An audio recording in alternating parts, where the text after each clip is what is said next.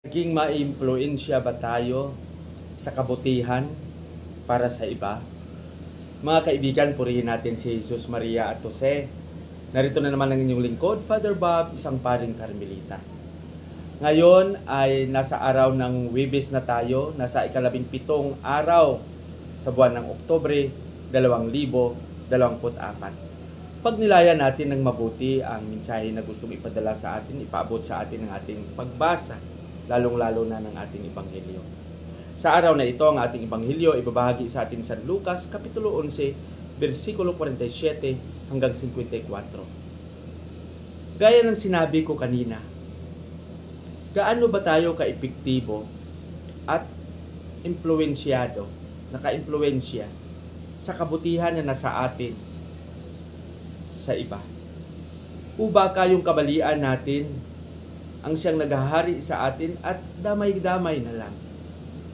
Kaya siguro ito yung malaking hamon sa atin sa panahon na ito.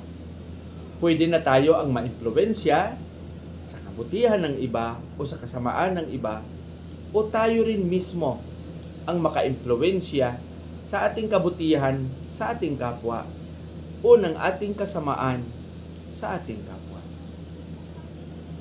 Napakalaking hamon ito.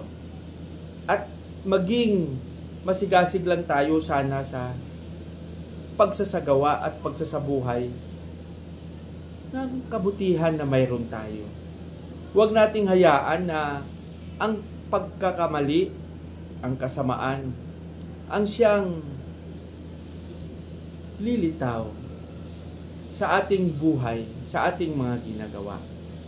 Sa hamon ng pagkasalukuyang panahon, kailangan ang Kristiyanong tapat na nagsasabuhay ng mabuting balita. Tapat na nagpapahayag ng mabuting balita.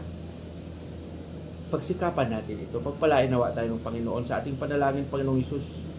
Turuan mo kami maging tapat palagi, maging saksi ng tunay na Ebanghelyo. Amen.